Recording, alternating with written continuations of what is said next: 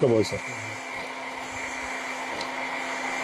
French fries, smileys, nuggets, chicken popcorn, ಆ ಥರ non veg ತಿನ್ನೋರಿಗೆ ಚಿಕನ್ ಪಾಪ್ಕಾರ್ನ್ ಆ ಥರನೂ ಹಾಕೋಬಹುದು.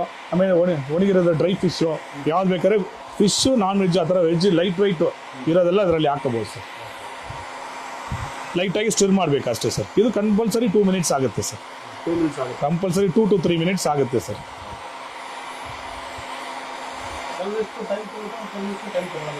ಸರ್ ಜಾಸ್ತಿ ಟೈಮ್ ಇದರಲ್ಲಿ ಯಾವುದಿಲ್ಲ ಸರ್. ನೀವು ಮನೇಲಿ ಆಯಿಲ್ನಲ್ಲಿ ಕರೆದ್ರೂ ಇದು 3 ಮಿನಿಟ್ಸ್ ಸರ್. ಇದು ಇದರಲ್ಲಿ ನೋಡ್ರಿ 3 ಮಿನಿಟ್ಸ್ ಹಾಕಿರ್ತಾರೆ. ಸೇಮ್ ಟೈಮ್ ಆಗುತ್ತೆ, ವಿತೌಟ್ ಆಯಿಲ್ನಲ್ಲಿ ಆಗುತ್ತೆ ಸರ್. ಹಾಂ, ಹೆಲ್ತಿಗೆ ಏನು ತೊಂದರೆ ಇಲ್ಲ ಸರ್. ಕರೆಕ್ಟಾಗಿ 3 ಮಿನಿಟ್ಸ್ನಲ್ಲಿ ಆಗುತ್ತೆ.